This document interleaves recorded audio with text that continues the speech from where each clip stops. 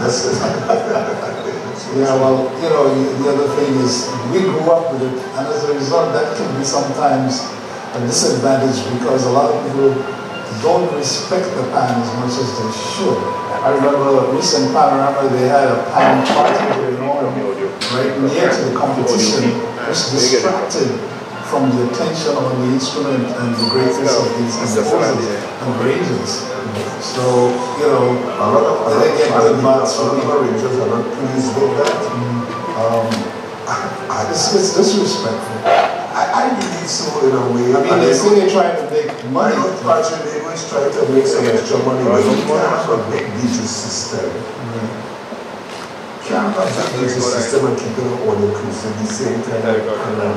Exactly. We try to market, not marketing at all inclusive party. Pan has become a very common thing. Nobody wants to do that. There you go. And for those who go travel, they don't see the significance of the importance of the instrument. I do that job. I see how people be like, wow. The pan creates a big wow factor. I know. It does. Happens to me a lot. Well, we're going to get some sampling of your music on the pan because you have a pan here with you. So I keep looking over this. Yeah. That's my baby, that's my wife. There you go. My next wife. That means don't touch it unless you give you permission. Nobody touches it. Nobody. It's a very delicate instrument. Right. It'll get out of tune. Easily. Right. So it's an instrument that you really have to take good care of it, you know. The tuning it's expensive. I know it is. The cost of a terrapano is around, let's say if it's in US money, talking about $3,000-4,000 US dollars. Right, exactly. Yeah, just keep it tuned. Yes. Well, our guest on the Caribbean television show is Ken Professor Fillmore, panelist from Trinidad and Tobago. We'll be right back after this short break.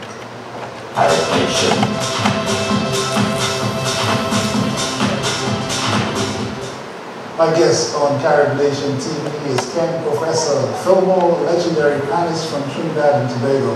And we're about to get a demonstration of this instrument, since we have it here with us. Ken, what are we going to play for them today? One of my favorites. The first one is by the Spinners. Right. Couldn't be afforded enough. That was a #1 hit back in the 70s. Oh, yes. But it sounds wonderful in the instrument, so I want to share it with you guys. Right, and that I can relate to because the 70s is when I got to this country and Spinners was doing it. So I know they're going to be familiar with this. So let's listen to Ken Fillmore on the pan with Let Me That I'm Falling in Love by the Spinners.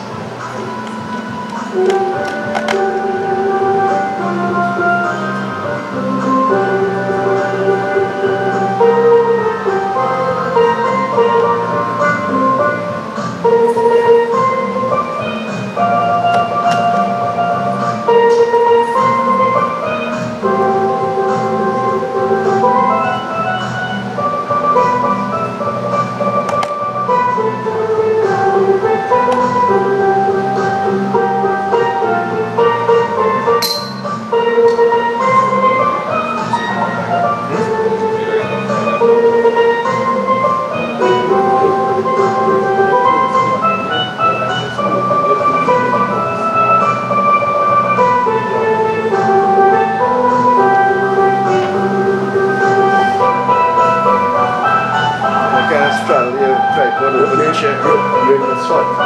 Oh, sorry. You shooting this?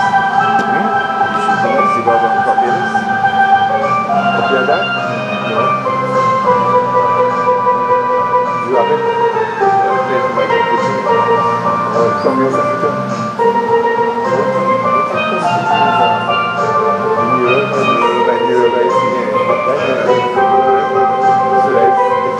Coming after, yes, because Philip is going to introduce it.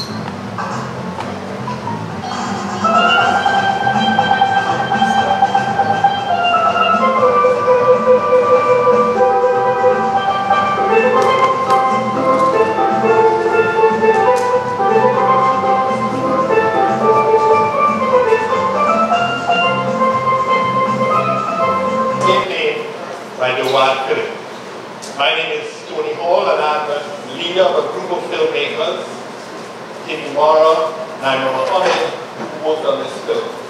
This film is featuring poetry. The film that is an agent of reflection. I know we like plenty noise, plenty brangadang, plenty bacchanal, and when we think of film, we think of entertainment, we think of excitement, we think of adventure. This film is a little different. This film is going to ask you to reflect on San Fernando as San Fernandians in a way that maybe you have never done before. Poetry is something that makes you see the invisible, or helps you to see the invisible, makes what is visible not seen. So we are asking you for a short time, just 20 minutes, to reflect on your life as San Fernandians, aided by Dawad's poetry, and how we have tried to, in a filmic way, to support that poetry. We have a couple people to honor who will appear in the film. Once you see them, then we'll come back later on and honor them, pay tribute to them, and Dawad will be here shortly to answer your questions. So, enjoy the film, enjoy the poetry. It's only 20 minutes long, not very painful. Okay? And we'll talk a little later. Thank you.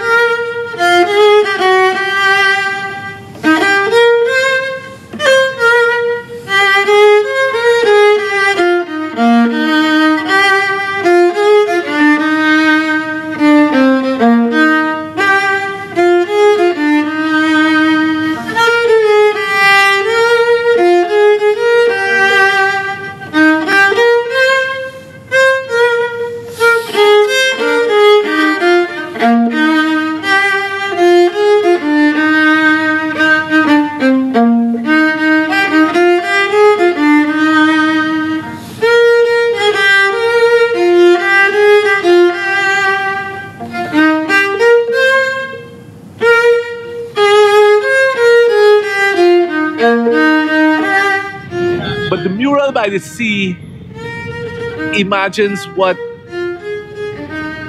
those first people coming in on the boats might have encountered about San Fernando. And this is a good place right here, because mainly this is where the story of San Fernando really begins, because it was a city, like most of it, founded by sea. A mural by the sea happens in a very simple way. In the early years, I remember sign painters were very critical to the commerce of things. And in places like these bars, you would have found a lot of murals. Very naive artists, simple artists, come up with enamel paints, different colors. I was one of them, did that. And they would paint all the sceneries. So the bars were decorative bars. You know, it wasn't just a digital or a Carib sign. A big elaborate scene of fishermen and, you know, that kind of thing. So that image brings the mural to mind. But that image also had people. And therefore the image has stories. And that begins the journey.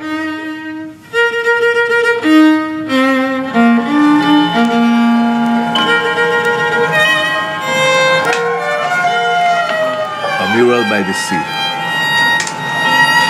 The cocks are crowing from end to end. The last train of the old Calypso rots in the round by the convent. Band passing. The woman with fogged glasses is fanning. The woman with the crooked wig is fanning. The woman in grey kicked off her shoes. The woman in white kicked off her shoes. The woman in brown kicked off her shoes. Leo the Jab Jab is standing predominate among the shoes. The woman in grey has found her mirror in an Indian's eyes. They meet and collide. We collect the scattered cigarettes and coins that rolled away. We meet at the steel margin of the soul between hill and sea, at the edge of memory on an old map of the world.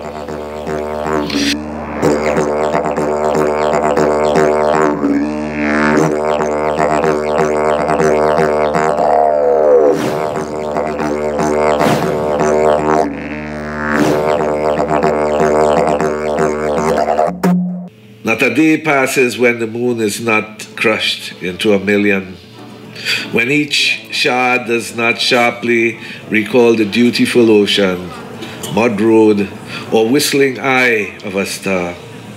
Novellas brought on the wings of the trade winds, the huge and sorrowful parting of the Bocas. We wake with the indifferent light of morning against the treacherous shadows of day. A horsewhip slithers through the grasslands of Vista Bella, through Marabella, making its way past the silver domes of Pointe-à-Pierre. Lush acres of cane fields stretching across Central, yellow caribs smoking leaves under the Arima dial, a herds boy and his mud-caked bulls at Aranguez, the blackened corridors of old South Key Station.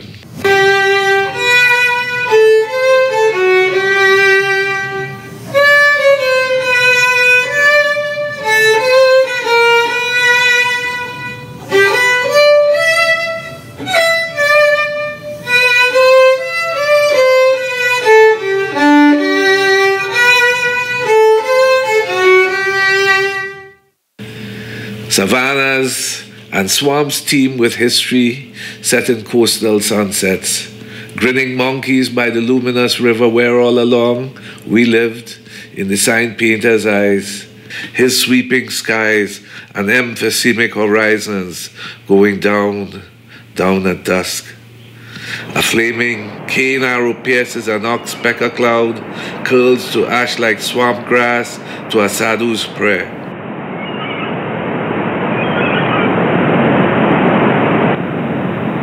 It's the last train to San Fernando. It's the last train to San Fernando. And if you miss this one, we'll never ever get another one. It's the last train to San Fernando. And here we are, Sarah, resurrected in the forest of mass and myth, the enamel world of the flame, braving silence for a singular language, occasional light, occasional stone.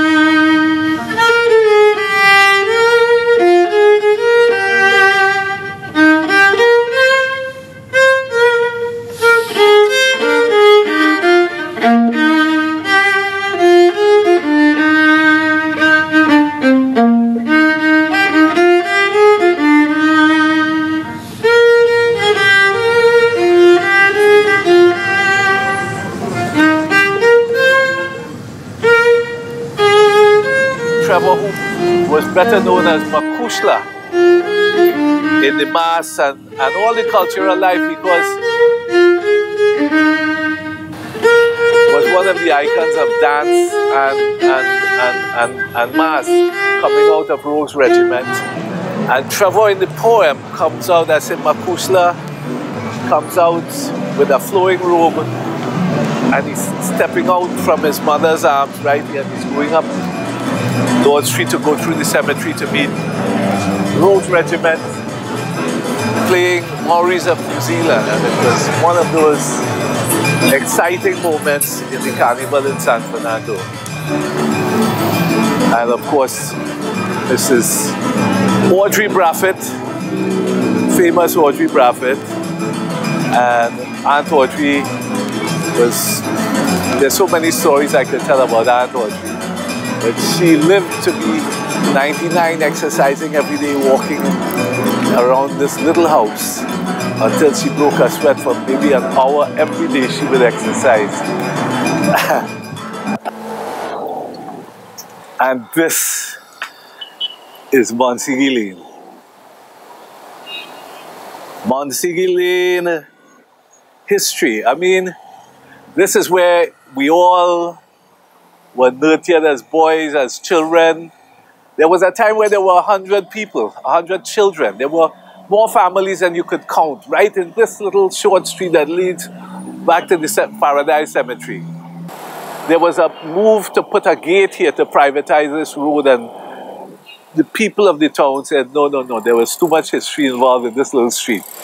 So right here is a chop mark where an axe was thrown at Trevor Pascal over a woman. Man came with an axe to kill him and swung the axe, and Trevor ducked, and it dug out this piece of concrete here, because if the concrete took the blow for Trevor. African people who own real estate in the heart of the town, Aunt Audrey remains, she's died about 4 years now, but she remained the only one who still holds some of the land. Miss Monsignor, for whom this was named, my grandfather across the road, Mr. Brown. These were the Africans. No more African people own any properties in the heart of San Fernando like this. A gate has gone up for Aunt Audrey and for Mrs. Jardine. At the corner of Monsignor Lane is a lamppost with a deep scar left from an axe swung at a man's head. Luckily, he ducked. Everyone cheered when the boys from the lane came up to bat, jeered the nervous bowler from Short Street. Everyone remembers Bonesy's black pudding, her thin hands deep in a bucket of pig's blood, stuffing white entrails with filling, Eugene in his long raincoat and umbrella, Makushla the Great stepping out of his mother's arms with a feathered cape and tall stride. Everyone remembers Clemmy George, who kept the word and the world in a cardboard folder under his arm. There was Mr. Arlett, who talked his goats, and his son Winston, who won the eating prize every year. There was a pig that ran squealing with a long chain in the dark night, and on mornings a cough racking from above as fires wheezed over the kitchen sink. There was the day when news came that Elford had gone to sea and not returned. When his body was found, shrimps had eaten his eyes. The day that Hurricane Flora passed close to Trinidad, Man stammered his first language, and with the fluency of his watery eyes read from the tattooed mantras on Molly's arms. Agnes turned to nips of puncheon. Her daughters, 5 in all, turned to God, and Alvin, who thought he could fly, took off for London to study William Shakespeare.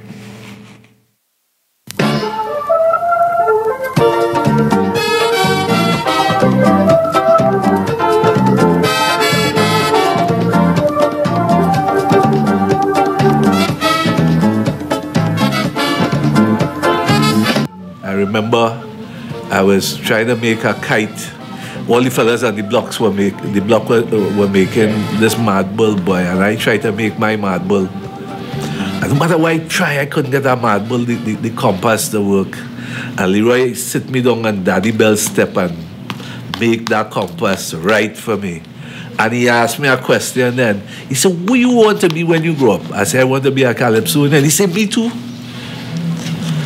The truth is that he helped me to write the first calypso.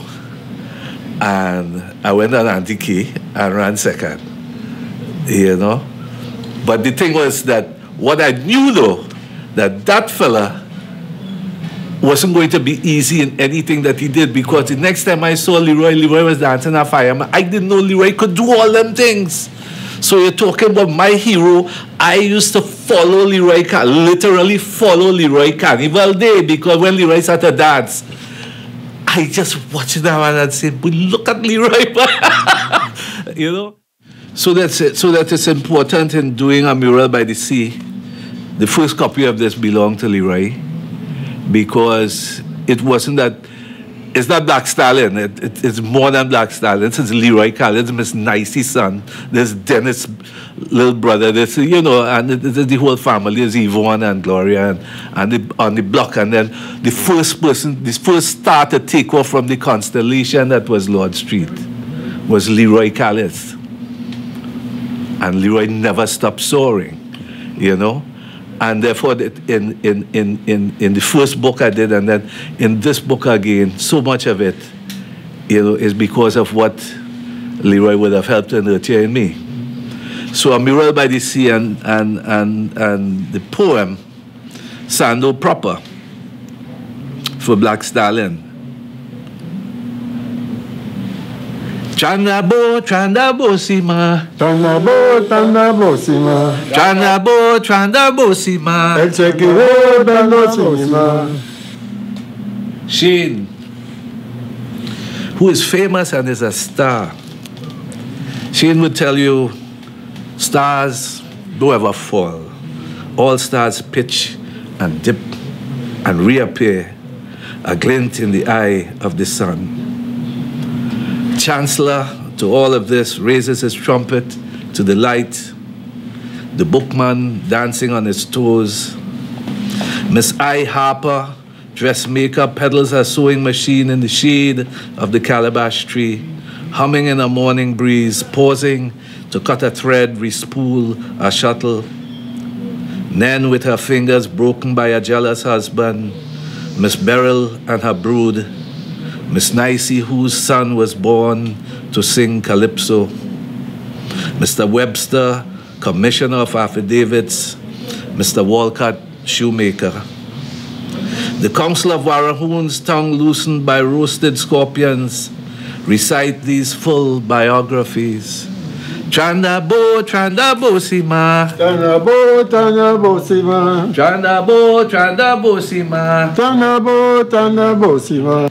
Zapata could always sing. Eh? Yeah. And after a razor agrees with the garlic, left a scar from his temple to the jaw, his croon deepened even more. There were minstrels, faces cracked from the wrinkles of notes and harmonies, singers who came and went over the canvases of time, gypsies and drunken sailors, places and references of every manner and constellation. When Shane got to Brooklyn, it took little time for him to pull up in a black stretched limo, a blood on each arm, full mink to the floor. When a man walked on the moon, Cutthroat was there. Shane, Arthur Meade, Slim, and Ming in a kitchenette by P.O. on Lefferts Place. Neil Armstrong on the small black and white TV, uttering his famous words. How were we to know that in a matter of days Cutthroat would be found dead? Arthur said it was an accident. Others said it was over money. A man stabbed over and over by the market in Sando so many years ago. How many steps could such a leap make? Alan, who is Nicholas, not lad, will now interpret. Bendurenare. Adoy kulun na tahoy na grandfila. Shakmanam, demahanam, unay sili gundulu dundulu. E masa dibere waitana. In those tamana, in those kulurao, dana tanka sa vision of the scope and vision. Ha!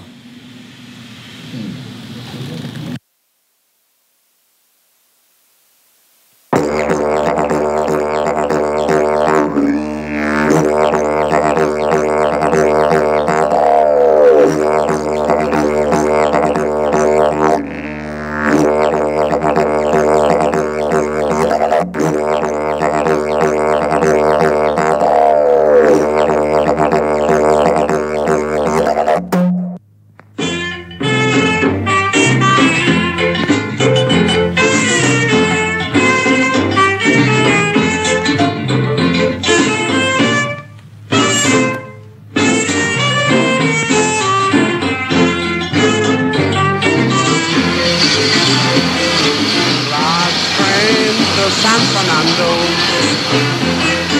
Last train to San Fernando. And if you miss this one, you'll never get another one. It's the last train to San Fernando. Bam bam bidi, bam bam bidi. Bam bidi bam bidi bidi, bam bam bidi. Oh bidi bam, oh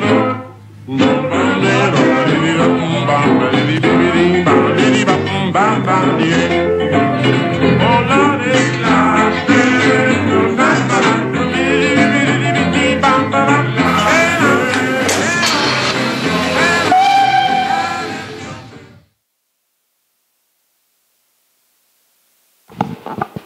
Chanabo, Chanabo, Sima.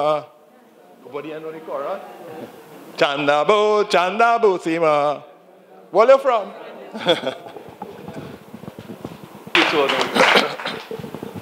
So, any questions for Dawat? I want to tell you a story about the film. Thanks everyone for coming. But I've been dying to tell this story. So we're on the wharf doing the first morning of the shoot. And I'm trying to impress Tim. He's laughing. Tim, he's laughing because he knows what's coming. And we're there. And then, you know, we're taking these shots and I'm trying to look like a movie star and, you know, doing my thing. And then,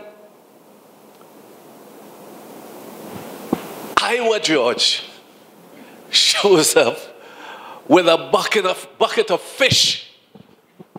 So he comes up to me as, you know, as an acolyte of some sort, and he brings the bucket of fish and he puts it down at my feet. You know, so I'm looking at Tim, I'm looking at Naima and Tony. I'm saying, well, this is the way we do it in San Fernando. So everything is cool. So he says, okay, let me take this and go and clean it, have it clean. He takes up the bucket of fish and he disappears.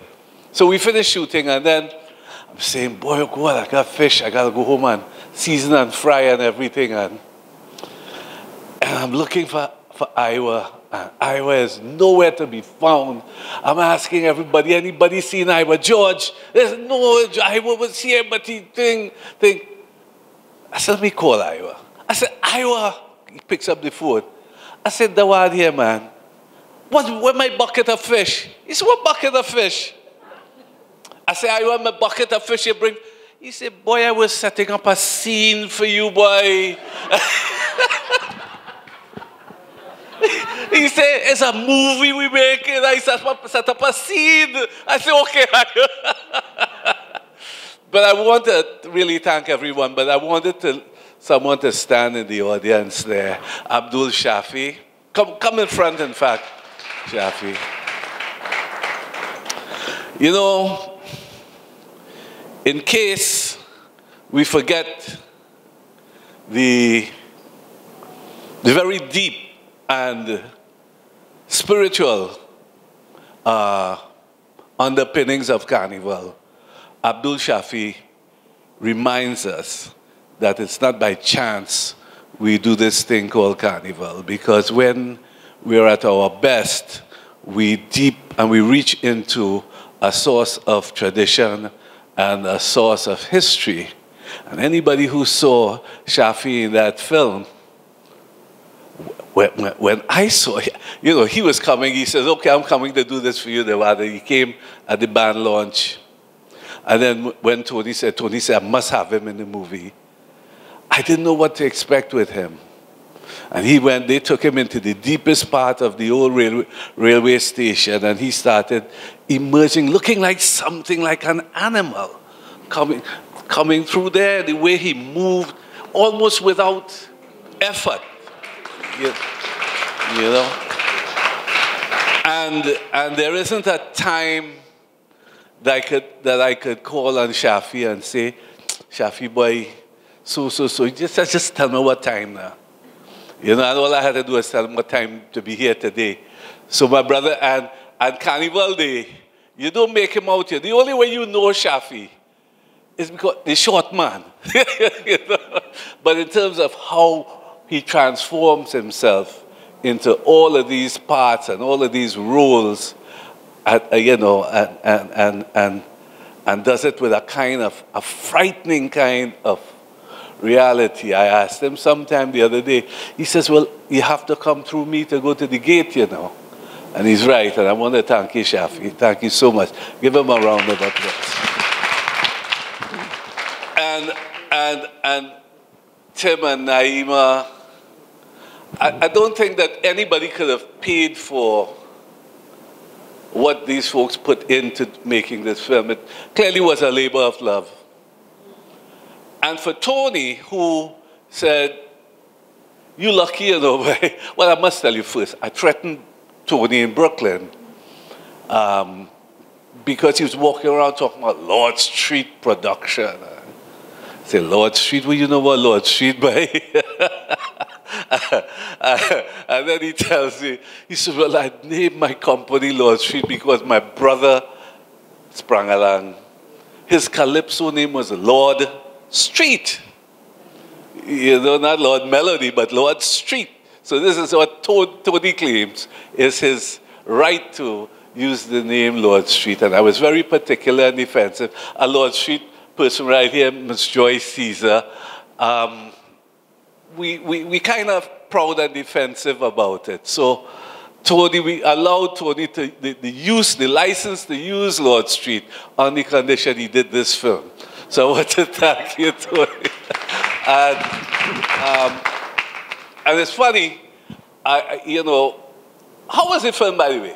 How was it? Yeah? There's Sophie and her dear husband. How are you going, guy? Good seeing you. They flew in from Canada. Oh, no. All right, I got to make it look, you know, good, yeah. And Anne and Tony, and Michael. Huh? Go ahead. Yeah. I was wondering if arrangements have been made for the children to be able to view it. It was shown this morning. We had a nice crowd for the children. A very nice crowd. And intelligent questions and very much connected to it. And not everybody's going to ask questions, but the questions that were asked were questions that had some kind of, you know, resonance in terms of what we do and what poetry can do and what art does. And my sister Pearl and my sister June, my brother Earl and my brother Russell and my wife Kimo, and look, it's a family affair and everything is nice. And you can see, and there is Tanya, and I want to thank the Tradewinds Hotel, Puff and Stuff, for making this happen. You know, sometimes I feel like I ask Gregory too much. You know, I ask too much of Gregory. But when you go out there, you would see some tea plates, compliments of the Lang family, and always been supportive of me. And you know, I'm very lucky like that, and I'm thankful. Thank you so much, Tanya, and to the family. And so, any more questions? You know, I'm kind of amazed you had a didgeridoo. The what? Didgeridoo, the Australian music. Oh, yes, yes, yes. Why? Right, right. What connection to Trinidad and Panama? Yes, maybe you should. That's connection to me. Oh. I study a lot of indigenous instruments around the world, and that sound, it's so earthy, and it usually comes out of a hollow, I don't know, trunk. And it's well tempered and it's aged and so on. And I just like the sound, and the sound match Shafi coming out of the old railway station. And the old railway station has a particular reverberation for Noah and myself. And last train in San Fernando. It all seemed very guilty and so on, and I just made a leap and said, okay, we go to Australia, but Aboriginal Australia. Yes. And it seemed to me that the medicine man or healer that Shafi plays is beyond just Trinidad. Yes, it's earthy. It's, for me, it's Aboriginal. It's elemental, and I can think of a better song for it. Maybe there's a better song. Until the copyright people come after us. we also want to pay tribute to use this event to pay tribute to Black talent and his family. Black is very talented, as you may know, very close to the world. We got that on the road. And the gypsy as well. I didn't know that the gypsy and the one grew up together in San Francisco. There you go. And Alan Nicholas, co-representative of the mass in us. So we had to find a way. It's in the poems. The mass sound, the mass presence, the stories about the mass men.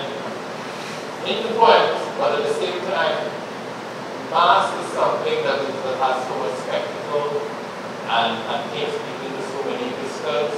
I didn't want to use too much mass to take away from the poetry. The task was to keep the poetry central, keep the world's voice central, keep the world's body, physical body central. And they kept the shuttle. As we said, this is a series of concerts, mini concerts that we are having here at the Village Plaza Mall, and I want to sincerely thank each and every one for coming back to the Village Plaza. So on behalf of the Prison Services Band, the Pleasantville Empowerment Association, and the Office for the Counselor for Pleasantville, I'd like to sincerely thank each and every one of you for coming out. Thank you very much.